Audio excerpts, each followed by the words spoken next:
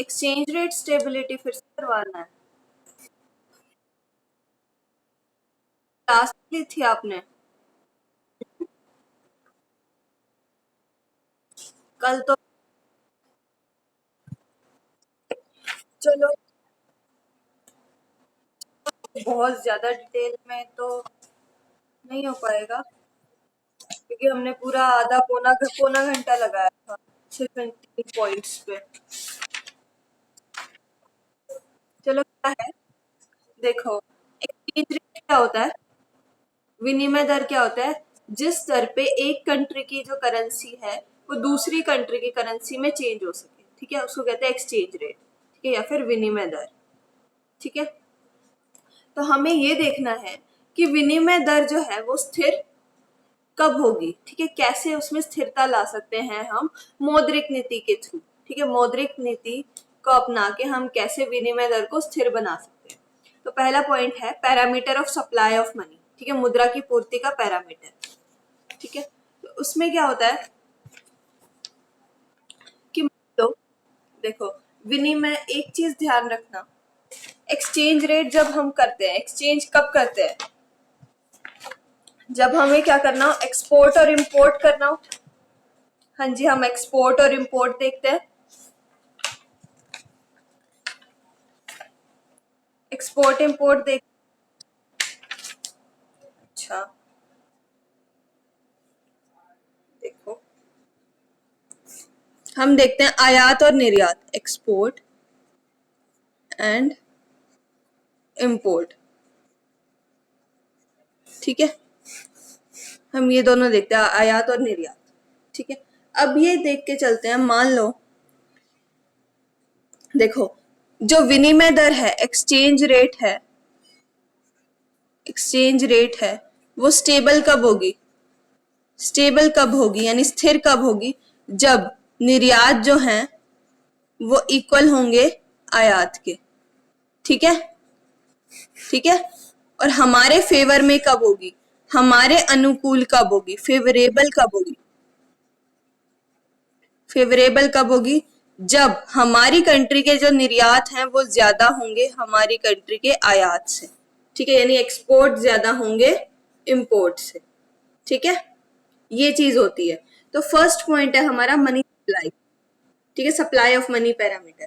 तो इसमें क्या है, अगर देखो, अगर मान लो एक कंट्री के मनी सप्लाई, इसमें क्या है, मान लो किसी कंट्री के क्या है, किसी कंट्री के इंपोर्ट्स जो है आयात ज्यादा है निर्यात से, ठीक है, आयात ज्यादा है निर्यात से, तो क्या करेंगे, मुद्रा की पूर्ति को, मनी सप्लाई को कम कर देंगे, ठीक है, मनी सप्लाई को कम कर देंगे, ठीक है। मनी सप्लाई को कम करने के बाद क्या होगा, चीजों के जो प्राइसेस हैं, कीमतें जो हैं वो कम आ जाएंगी, हाँ जी, कम हो जाएंगी सारी प्राइसेस, ठीक है। प्राइसेस कम होने पे क्या होगा, बाहर की जो कंट्रीज हैं वो क्या करेंगी, हमारे देश से गुड्स एंड सर्विसेज परचेज करेंगी, खरीदेंगी, क्यों, क्योंकि उनको कम प्राइसेस पे मिल रही है। समझ में आया, हाँ जी, क्लियर है। अब क्या है, अच्छा प्राइसेस कम है, लोग यूएसए के लोग हैं, मान लो यूएसए के लोग हैं या फिर कनाडा है, कोई भी किसी भी कंट्री के लोग जो है हमारी कंट्री से आके गुड्स एंड सर्विसेज खरीदेंगे, ठीक है। तो क्या होगा, डॉलर जो है, डॉलर हमारी कंट्री में बढ़ जाएगा, ठीक है, इनफ्लो होगा डॉलर का, यानी डॉलर इंक्रीज हो जाएगा, हमारी कंट्री में डॉलर आएगा। अब डॉलर हमारी कंट्री में आया तो इससे क्या हुआ, क्या हुआ, यानी हमारे एक्सपोर्ट्स जो है वो बढ़ गए इंपोर्ट से, ठीक है, निर्यात जो है वो आयात से ज्यादा हो गए। तो क्या किया हमने, मनी सप्लाई को कम करके हमने क्या किया, जो विनिमय दर है उसको हमने अपना अनुकूल बना लिया, ठीक है, अपने फेवर में बना लिया, ठीक है। तो कभी भी जब भी आयात जो है वो ज्यादा होंगे निर्यात से तो हम क्या करेंगे, मनी सप्लाई को कम कर देंगे। मनी सप्लाई को कम करने के बाद क्या होगा, प्राइसेस कम हो जाएंगे और बाहर की कंट्रीज हमारे देश से गुड्स एंड सर्विसेज परचेज करेंगी। इससे क्या होगा, हमारे एक्सपोर्ट्स बढ़ जाएंगे और इम्पोर्ट्स कम हो जाएंगे। ठीक है, चीजें सस्ती मिलेगी तो एक्सपोर्ट हमारे बढ़ जाएंगे। क्लियर है। सेकेंड पॉइंट आता है, सेकेंड पॉइंट है the parameter of cost of money. ठीक है, मुद्रा की लागत का पैरामीटर। तो इसमें क्या होता है, ये देखो, जब भी अनफेवरेबल हो, यानी दूसरा है cost of money. Cost of money का क्या मतलब है, रेट ऑफ इंटरेस्ट। ठीक है, ब्याज की दर, रेट ऑफ इंटरेस्ट। अब मान लो क्या है, जो विनिमय दर चल रही है वो क्या है, अनफेवरेबल है, हमारे प्रतिकूल है। ठीक है, जो एक्सचेंज रेट है वो क्या है, अनफेवरेबल है, अनफेवरेबल है। ठीक है, अनफेवरेबल है तो क्या करेंगे, हम क्या करेंगे, बताओ क्या करेंगे, हम क्या करेंगे, कॉस्ट ऑफ मनी को यानी मुद्रा की लागत को, रेट ऑफ इंटरेस्ट को कम कर देंगे, रेट ऑफ इंटरेस्ट को कम कर देंगे। रेट ऑफ इंटरेस्ट कम करने से क्या होगा, जो हमारे घरेलू जो उत्पादक हैं, डोमेस्टिक प्रोड्यूसर हैं, उनको क्या मिलेगा, पैसा मिलेगा, यानी वो इजीली लोन ले पाएंगे, कम ब्याज है तो। ठीक है, तो लोन इजीली ले पाएंगे। उससे क्या होगा, उससे ये होगा कि वो प्रोडक्शन बढ़ा देंगे। ठीक है, प्रोडक्शन को बढ़ा देंगे, यानी उत्पादन बढ़ा सकते हैं। और क्या होगा, रेट ऑफ इंटरेस्ट कम करने से जो एक्सपोर्ट्स हैं हमारे, निर्यात जो है वो बढ़ जाएंगे आयात से। ठीक है, तो इस तरह से हम अगर अगर हमारे एक्सचेंज रेट जो है, विनिमय दर है जो प्रतिकूल है यानी अनफेवरेबल है, तो हम क्या करेंगे, रेट ऑफ इंटरेस्ट को यानी कॉस्ट ऑफ मनी को कम कर देंगे। थर्ड पॉइंट है अवेलेबिलिटी ऑफ मनी।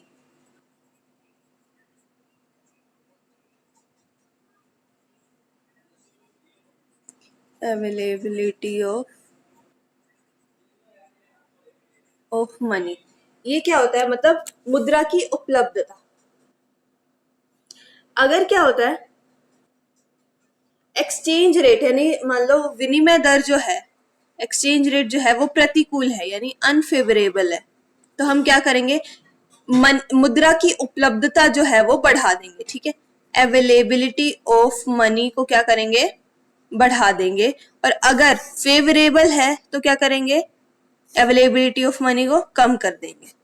ठीक है, अवेलेबिलिटी ऑफ मनी मतलब उपलब्धता, मुद्रा की उपलब्धता कि किस टाइम जो है मुद्रा जो है वो उपलब्ध हो सकती है, कितनी जल्दी। ठीक है, तो अगर हमारी विनिमय दर जो है वो प्रतिकूल है हमारे, यानी फेवर में नहीं है, अनफेवरेबल है, तो हम क्या करेंगे, अवेलेबिलिटी ऑफ मनी को यानी मुद्रा की उपलब्धता को बढ़ा देंगे। ठीक है, आगे कहते हैं monetary policy and economic development, मौद्रिक नीति तथा आर्थिक विकास। इसमें ये करना है कि जो मौद्रिक नीति है वो आर्थिक विकास में कैसे अपना योगदान देती है, मतलब मौद्रिक नीति के की मदद से हम कैसे आर्थिक विकास को बढ़ावा दे सकते हैं। ठीक है, तो इसके पॉइंट्स देखते हैं क्या है। देखो, इसमें क्या है, सबसे बड़ी चीज है पूंजी का निर्माण। ठीक है, कैपिटल फॉर्मेशन। सबसे पहले क्या होता है कि पूंजी निर्माण होना जरूरी है, कैपिटल फॉर्मेशन होना चाहिए, और जो भी हम उत्पादन कर रहे हैं, प्रोडक्शन कर रहे हैं, उसकी क्या है, बेटर टेक्निक होनी चाहिए। ठीक है, तकनीक जो है वो आधुनिक होनी चाहिए, मॉडर्न टेक्निक्स होनी चाहिए। ठीक है, जी समझ गए क्या क्या कह रहे हो, आवाज कट रही है। अच्छा, एक सेकेंड रुको, एक सेकेंड।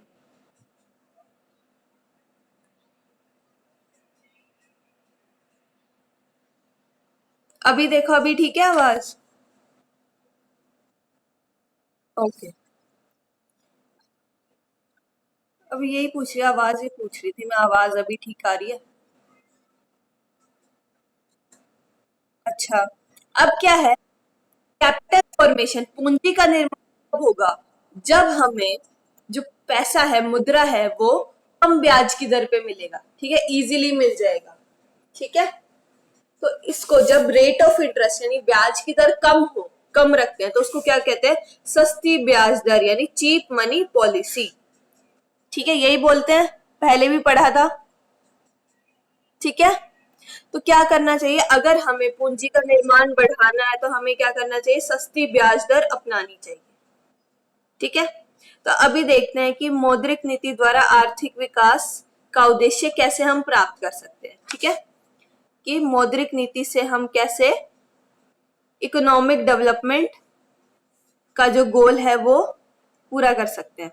पहला है बचत का संग्रह, मोबिलाइजेशन ऑफ सेविंग्स। अब इसमें क्या होता है, देखो, हमारी जितनी सेविंग्स होंगी तो उससे क्या होगा, जितनी बचत ज्यादा होगी तो क्या होगा, उतना ही हम निवेश ज्यादा कर पाएंगे। हाँ जी, यही होता है। जितनी सेविंग्स से हम करते हैं, इन्वेस्टमेंट करते हैं ना, यानी बचत जितनी होगी उतना ही हम निवेश कर पाएंगे। ठीक है, तो बचत बचत को बढ़ाना है हमें। ठीक है, तो बचत कैसे बढ़ा सकते हैं?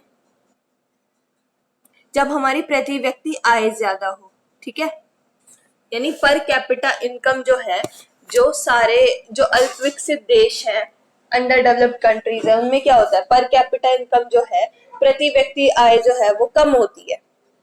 हाँ जी, कम होती है। तो क्या करें हम, तो इसको, ये बचत को, बचत संग्रह को बढ़ाने के लिए क्या कर सकते हैं हम?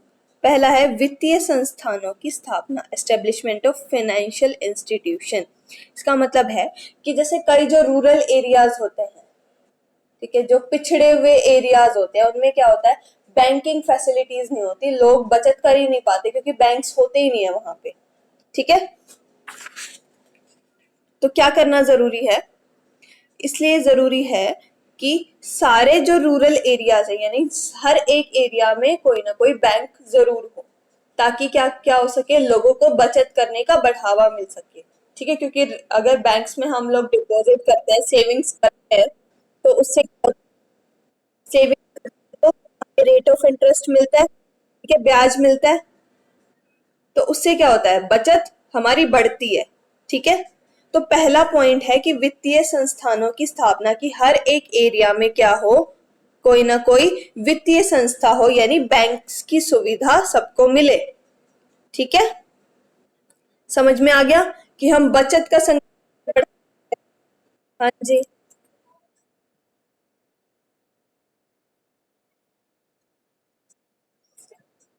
हाँ, वैसे होता है, लेकिन ज्यादा नहीं होता,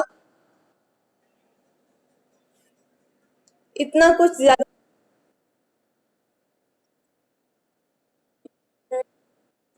एक सेकेंड रुको, बताती हूँ।